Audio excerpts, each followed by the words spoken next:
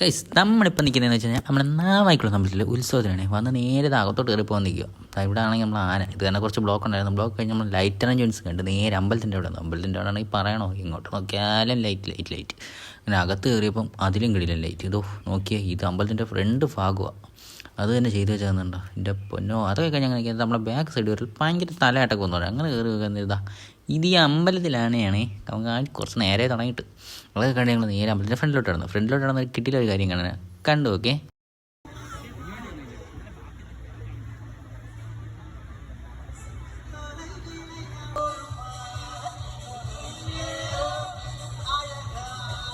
Case അതങ്ങനെ ഉണ്ടായിരുന്നു. പക്ഷേ എല്ലാം കൊള്ളായിരുന്നു. ആ പാട്ടെന്തോ ബാക്ക്ഗ്രൗണ്ട് വല്ലത്. പിന്നെ നമ്മൾ ഈ ഒരാളാരാന്ന് പറയാൻ പറ്റുമോ? മിക്കാനും അറിയാം.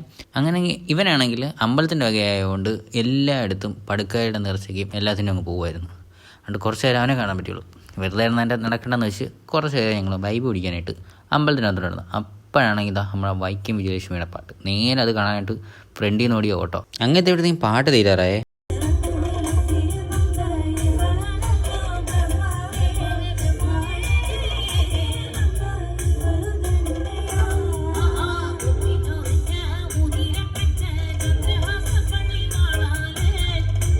അങ്ങനെ കുറച്ച് ക്ലോസ് വ്യൂ എടുക്കാനായിട്ട് നമ്മൾ പാട്ടും തീർന്നു. പിന്നെ കുറച്ച് ഫോട്ടോസും വീഡിയോസും എടുക്കാമെന്ന് വെച്ചാൽ അടുത്തോട്ട് നിന്നപ്പം അവിടെ ആണെങ്കിൽ കയറ്റി വിടുന്നത്. അങ്ങനെ കുറച്ച് വീഡിയോ എടുത്തിട്ട് നേരെ വന്ന് ഈ ചാറ്റിൻ്റെ അടുത്തോട്ട് വന്നു. വാങ്ങാനല്ലേ നിങ്ങൾ വന്നത്? ഈ ഐസ്ക്രീം വാങ്ങാനാ. ഐസ്ക്രീം വാങ്ങിച്ചപ്പോഴാണ് ഒരു അബദ്ധം പറ്റിയേ. പേയ്മെൻറ്റ് പോകണില്ല, ഗൂഗിൾ പേ മാത്രമേ ഉള്ളായിരുന്നു. പൈസ എടുത്തുകൊണ്ടിരാൻ മറന്നു.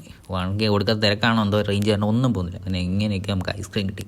കുടിച്ച് പകുതി ആയപ്പോഴാണ് ഞാൻ വീഡിയോ എഴുതി ഓർത്തത്. ഇതാ ഇമാരെല്ലാം നിന്ന് പകുതി ആയിട്ടുണ്ട്. അങ്ങനെ നേരെ അതും കുടിച്ചുകൊണ്ട് ഇടയ്ക്കിടയ്ക്ക് ഞാൻ ഈ നോക്കുന്നതെന്ന് വെച്ച് കഴിഞ്ഞാൽ അവന്മാരുടെ സാധനം തീർന്നു എന്നാണ്.